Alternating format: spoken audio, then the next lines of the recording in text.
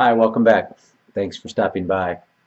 Today we're going to return to that critical subject called time. And I'm going to share with you a passage from the book Stepping Up, 10 Takeaways for Advancing Your Career.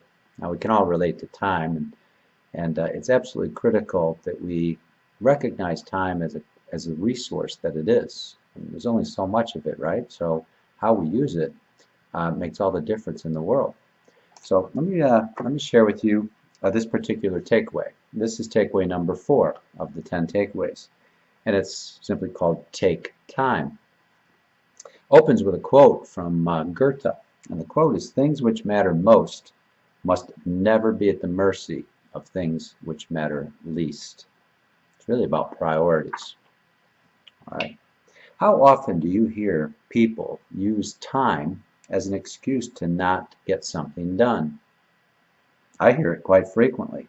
In fact, it is one of the most common excuses or inputs that limits successful outputs. If we don't take time for what really matters, we cannot possibly expect an improvement in results. As Albert Einstein once noted, insanity is doing the same thing over and over again and expecting different results. The real key then is not the amount of time we have. We all have 24 hours in a day. It is how we prioritize our activities and use the time we have.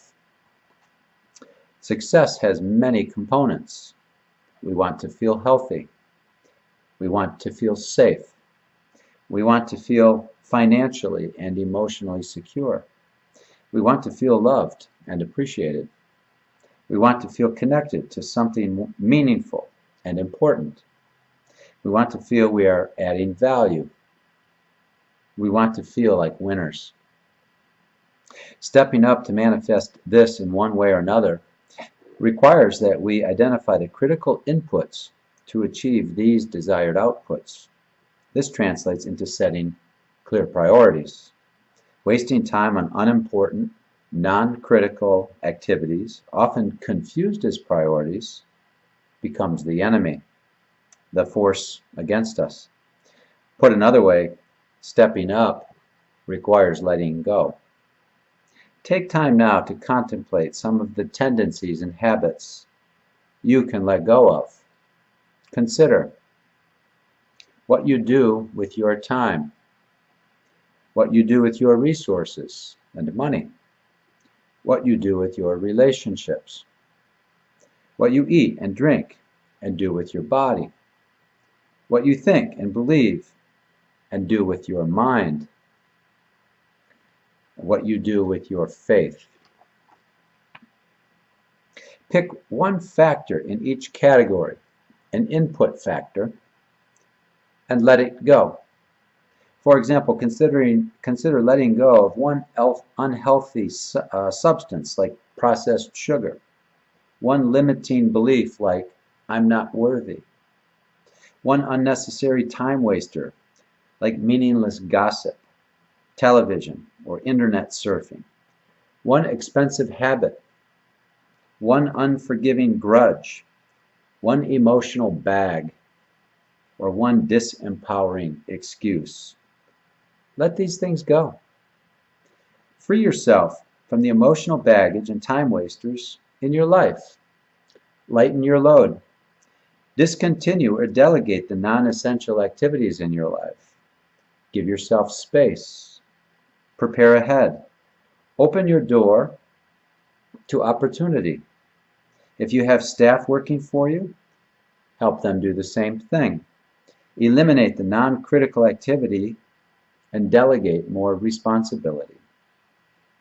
In my first management job, I learned to do exactly this. We eliminated over 50% of the activity in the department within 6 months. 50% within 6 months. By removing the non-value-added activity and time wasters, we freed up time to take on much more important work. This benefited the staff, and it allowed me to be in a position to soon step up and accept a promotion. Some refer to this as the wisdom of emptiness.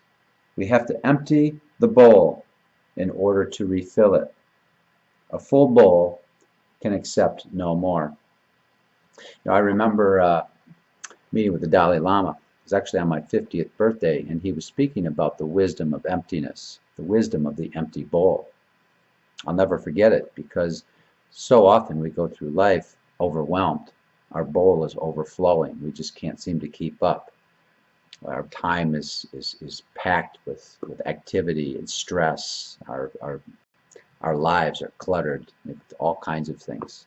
We just simply can't take on any more. So the real genius in high-performing leadership, the real genius in stepping up, is learning how to empty our bowls. And, let go of things that just take up time and space and clutter our lives.